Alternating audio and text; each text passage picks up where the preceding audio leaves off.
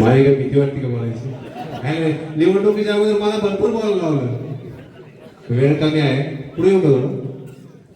निवडणुकीची धामधूम झाली, निवडणूक लढलो, निवडणूक थोडी गमतीशीर झाली. जुनी मंडळी तर समोर बसलीच फकीरच्या वगैरे. तुम्ही अनेक निवडणुका बघितल्या तालुक्यात, तुमचं आयुष्य कसं आवडलं.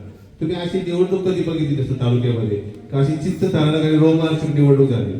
निवडणूक अशी खालीवर होत होती. प्रथमतः मी शरदा सोरेनला तुम्ही विजयी झाल्याबद्दल शुभेच्छा देतो.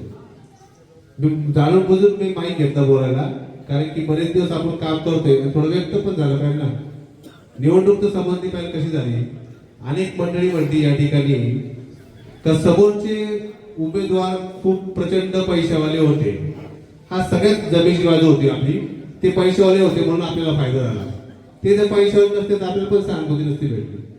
आधीच मी काही जास्त बोलणार नाही, पण ह्या निवडणुकीमध्ये कार्यकर्ता केंद्रबिंदू दादांनी समजावं. भविष्यामध्ये निवडणुकीत वाद प्रतिवाद झाले, डावपेच झाले.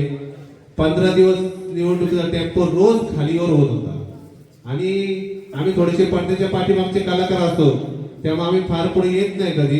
पण निवडणूक लढताना फार विचार करून आपण निवडणूक लढलो. आता आपण जास्तीच काही बोलणार नाही.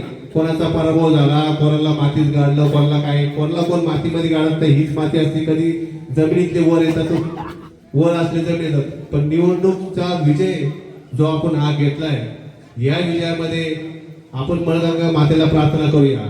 आपला नेता, आपले कार्यकर्ते विजयाच्या टाळ्या फार घातक असतात. यातून माणसाचा घात पण होतो आणि अहंकार व्हायची दाट शक्यता असते.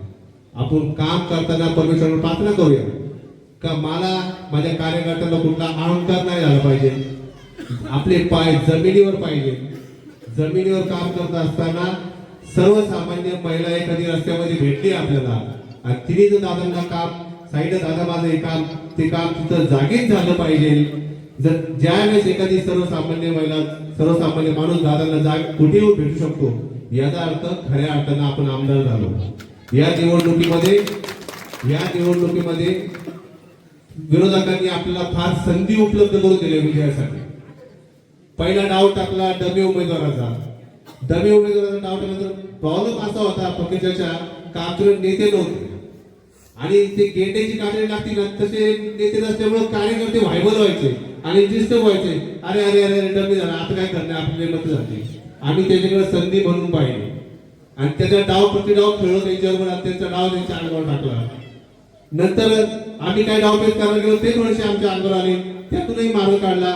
नंतर अजून त्यांनी घाणेरडं राजकारण केलं, पण त्याची आम्ही संधी बघितली. त्याच्याकडे आम्ही संकट नाही समजलो आणि ही निवडणूक अतिशय डोक्याने लढलो. या निवडणुकीत चाचा मला प्रचारच करता मी कोणाला सांगितलंच नाही शरदांना मतदान करा. वेळच मिळत नव्हतं शरदांना मतदान करायला, सांगायला. कारण आम्ही रोज काही ना काही संकट समोर यायची. पण आपण त्याच्यातून शक्तीने जिंकलो नाही, पण आपण युक्तीने जिंकलो. आणि डावपेचामध्ये आपण त्यांना परफेक्ट पट्टा मारला आणि जागेवर दाबलं त्यांना.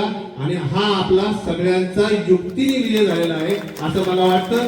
पण या विजयाने आपण उरून गेलो नाही पाहिजे. आपले पाय जमिनीवर पाहिजे.